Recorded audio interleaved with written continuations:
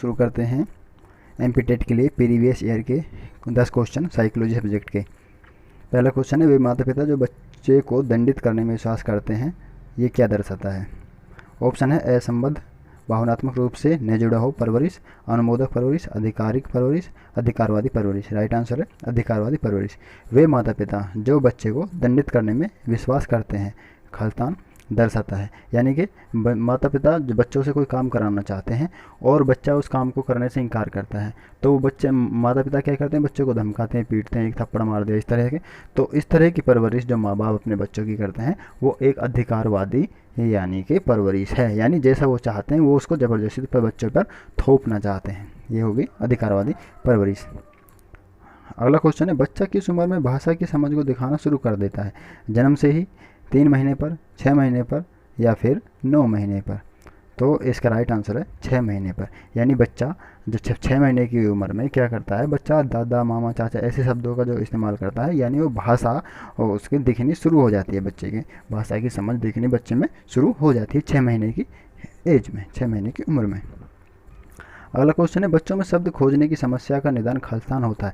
Dyslexia, dyscalculia, dysnomia, dystopia. Right answer है dysnomia. डिस्नोमिया में क्या होता है कि जो स्मृति करने योग्य शब्द हैं, यानी जो याद करने योग्य शब्द हैं, उनको बच्चा याद नहीं कर पाता।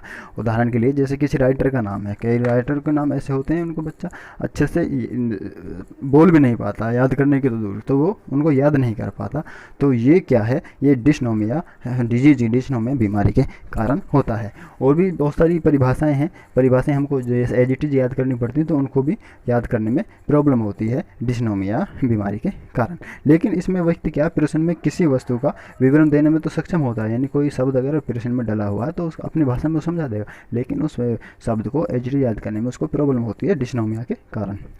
अगला शब्द देखते हैं। अगला क्वेश्चन है, कौन सा समावेशी शिक्षा का सिद्धांत नहीं है? शिक्षार्थियों के बीच कोई भेदभाव नहीं, विशेष बच्चों के लिए अलग कक्षा, समान शैक्षिक अवसर, सभी बच्चों की खान पान संबंधी जरूरतों का ध्यान रखना। यानी कि समावेशी शिक्षा का कौन सा सिद्धांत इनमें से नहीं है?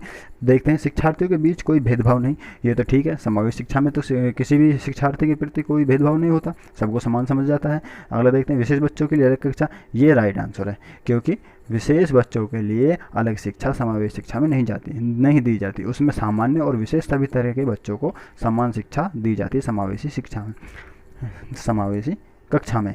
तो ये दूसरा ऑप्शन जो है इसका राइट आंसर है। देखते हैं अगला ऑप्शन क्या है, समान शैक्षिक अवसर, यानी कि ये भी ठीक है, समावेश शिक्षा में तो सभी के लिए समान शैक्षिक अवसर प्रदान किए जाते हैं, सभी बच्चों की खान पान संबंधी जरूरतों का ध्यान रखना, ये भी ठीक है। कोई विशेष बच्चा है या फिर कोई सामान्य बच्चा है, सभी को संतुलित भोजन की व्यवस्था समावेशी शिक्षा में जो है की जाती है, तो ये भी ठीक है। तो राइट आंसर है इसका विशेष बच्चों के लिए अलग कक्षा। अगला देखते हैं, निम्नलिखित में से कौन सा एक वह कारक नहीं है जो तनाव के विरुद्ध एक बच्चे की रक्षा करेगा? यानी कि तनाव, बच्चे एक तनाव में है तो अब उसके रक्षा करेगा, उसमें हेल्प करेगा, बच्चे के तनाव को दूर करने में हेल्प। निम्नलिखित में से कौन सा कारक है जो हेल्प नहीं करेगा? तो परिवार तो हेल्प करता है कि बच्चा परेशान है तो माता पिता बेटा कैसे परेशान है, दादा दादी पूछते हैं, बड़ा भाई पूछता है भाई कैसे परेशान है, आज कुछ तबीयत अच्छी नहीं लग रही तेरी, है ना, तो वो तो मदद करते हैं उसका स्ट्रेस दूर करने में, तनाव दूर करने में। बुद्धि, ये भी ठीक है, अगर बच्चा सोचता है कोई परेशानी उसको आई, ठीक है भाई परेशानी आ गई, सोचने से परेशान होने से कोई नुकसान हो गया, परेशान होने से क्या फ़ायदा, ठीक है हो गया तो नॉर्मल कर लेगा अपना आप को सोच के, तो बुद्धि भी हेल्पफुल है उसके तनाव को दूर करने में। अधिकारवादी परवरिश से ये नहीं है, इसमें क्या माता पिता जो अगर बच्चा परेशान है तो उसको और धमका देगा, है तेरा क्या कर रहा तू, है ना, तो उसको इस तरह से हम उसके तनाव को कम नहीं कर सकते और तनाव उसका बढ़ेगा। तो अधिकारवादी परिवार शैली में यही होती है कि बच्चा एक तो ऊपर से परेशान है, ऊपर से उसको डांट रहे, बड़ा भाई भी डांट रहा, मम्मी भी डांट रही, कभी पापा डांट रहे हैं ना, तो वो क्या अधिकारवादी परिवार परवरिश शैली, ये क्या है, बच्चे के तनाव के विरुद्ध बच्चे की रक्षा नहीं करेगा। तो राइट ऑप्शन है अधिकारवादी परवरिश शैली। जबकि सहकर्मी रिश्ते, ये भी ठीक है, यार दोस्त मिलने जुलने वाले उसके संग साथ वाले, वो भी अगर किसी बच्चे को कोई प्रॉब्लम हो तो पूछ लेते भाई आज कैसा परेशान है तू, तो ये भी सहायक है तनाव दूर करने में, ठीक है। राइट ऑप्शन है अधिकारवादी परवरिश शैली। अगला देखते हैं, एक 12 साल का बच्चा यह समझता है कि एक मेज का वजन वही रहता है चाहे वह दाईं ओर हो या उल्टी हो। उसने किस सिद्धांत को समझा है? संरक्षण, आगमनात्मक तर्क, वस्तु स्थायित्व, परिकल्पित तर्क। राइट आंसर है संरक्षण तर्क। इसमें क्या है, आगमनात्मक तर्क यानी कि तर्कित कोई बात नहीं हो रही कि भाई वो जो मैज है उसके वजन को समझने की कोशिश कर रहा है बच्चा, तो ये तो आगमनात्मक तर्क नहीं हो रहा। इसमें वस्तु स्थायित्व यानी कि वस्तु छुपा दी जाती है फिर उसको ढूंढने का प्रयास करता है बच्चा, तो ये भी इसमें नहीं हो रहा। फिर परिकल्पित तर्क, परिकल्प यानी कोई किस तरह कोई कल्पना तो करना है, ये तो बिल्कुल स्थायी चीज़ है। हाँ, वस्तु जो है मेज का वजन है वो तो बराबर रहना है, तो इसमें तो कोई कल्पना भी नहीं हो रही। तो राइट आंसर है इसका संरक्षण। संरक्षण राइट आंसर है, यानी संरक्षण का जो सिद्धांत जब बच्चे के अंदर आ जाता है तो वो समझ लगता है कि वस्तु को उल्टी रखो, सीधी रखो, कैसी भी रखो, वजन उसका बराबर रहना है। ये संरक्षण के सिद्धांत के कारण बच्चा समझने लगता है। अगला देखते हैं 17, मनोलैंगिक विकास सिद्धांत के अनुसार निम्नलिखित अवस्थाओं में से किसके निर्धारण फिक्सेशन से निर्भरता में सुधार होता है। कौन सी एज ऐसी है मनोलैंगिक विकास सिद्धांत के अनुसार जिसमें क्या है बच्चे की निर्भरता में सुधार होता है।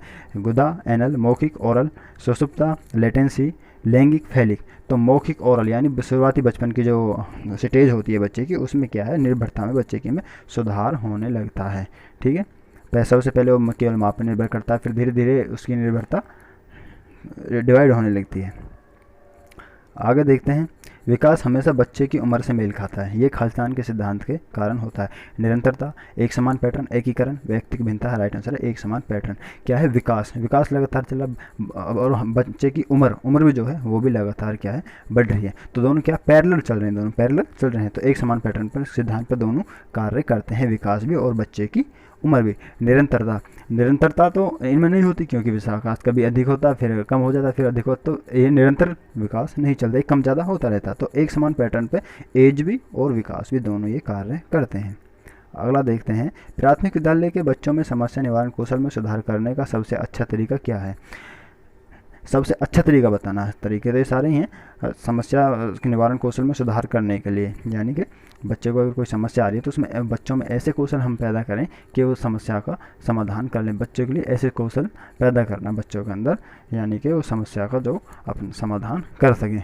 तो इसमें देखते हैं ऑप्शन, गणितीय समस्याओं को समाधान करना, ये भी ठीक है, गणितीय समस्याओं का समाधान, पर इससे बेहतर ऑप्शन और देखते हैं, उन समस्याओं का समाधान खोजना जिनका वह अपने दैनिक जीवन में सामना करते हैं, ये भी बेहतर है। जिन चीज़ों का अपने दैनिक जीवन में कोई परेशानी प्रॉब्लम आ रही है उनका सामना करना बच्चों के लिए, उनका खोजना, उनका तरीका, प्रॉब्लम कैसे आ रही है, ठीक है, उनका इलाज खोजना, ये भी बच्चे के लिए ठीक है। लेकिन इससे बेहतर और ऑप्शन देखते हैं, उनकी समस्याओं के बारे में कक्षा में सहपाठी और शिक्षक से बात करें, ये भी ठीक है। अगर कोई समस्या प्रॉब्लम आ रही है तो बच्चा अपने टीचर से, अपने सहपाठी दोस्तों से कक्षा में बातचीत करके अपनी समस्या को दूर कर सकता है, ये भी ठीक है। लेकिन इससे बेहतर और ऑप्शन देखते हैं, सोच की प्रक्रिया के स्तर में चरणों को लागू करना और आसपास के समुदाय के साथ वैसे रहना, ये सबसे बेहतर ऑप्शन है। यानी कि जो बच्चा सोचता है उसकी सोच में हम ऐसी स्टेप बाय स्टेप चीज़ें डाल दें कि वो समझ कितनी बड़ी समस्या हो पहले उसके बारे में सोचे, फिर थोड़ा और डीपली जाए समस्या के बारे में, फिर और उसकी एक वैज्ञानिक तरीका, यानी कि पहले किस चीज़ को नॉर्मल देखना, फिर उसके पार्ट्स में समझना उसको, फिर उसमें और गहराई से जाना समस्या को दूर करने के लिए, तो ये वैज्ञानिक तरीका हो गया। यानी सोच की प्रक्रिया के स्तर में चरणों को लागू करना, यानी कि वैज्ञानिक तरीका, और आसपास के समुदाय के साथ वो इस तरह, यानी कल्पनाओं में ज़्यादा ना रहें, रियलिटी अपने आसपास जो चीज़ें हैं उनमें से ज़्यादा उनमें देखें समझें।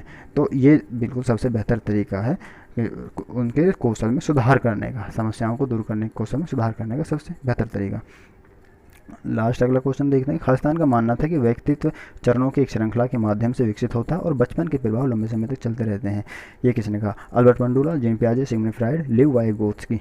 तो राइट आंसर है सिगमंड फ्राइड। सिगमंड फ्राइड का मानना था कि व्यक्तित्व जो है वो चरणों की एक श्रृंखला के माध्यम से विकसित होता है, यानी इतने से इतने एज तक के व्यक्तित्व के ये गुण सामने आए, फिर थोड़ी एज और बढ़ी, फिर ये गुण सामने, यानी एक श्रृंखला के माध्यम से विकसित हो रहा व्यक्तित्व है। लेकिन जो बचपन का जो व्यक्तित्व होता है उसका प्रभाव लंबे समय तक रहता है। ये किसने कहा, सिगमंड फ्राइड ने। ये हम एज इट इज ये चीज़ें याद रखते हैं, कौन सा चरण कौन सी बात किसने कही, तो ये सिगमंड फ्राइड ने कही। ये ध्यान रखने की चीज़ें हैं, एज इट इज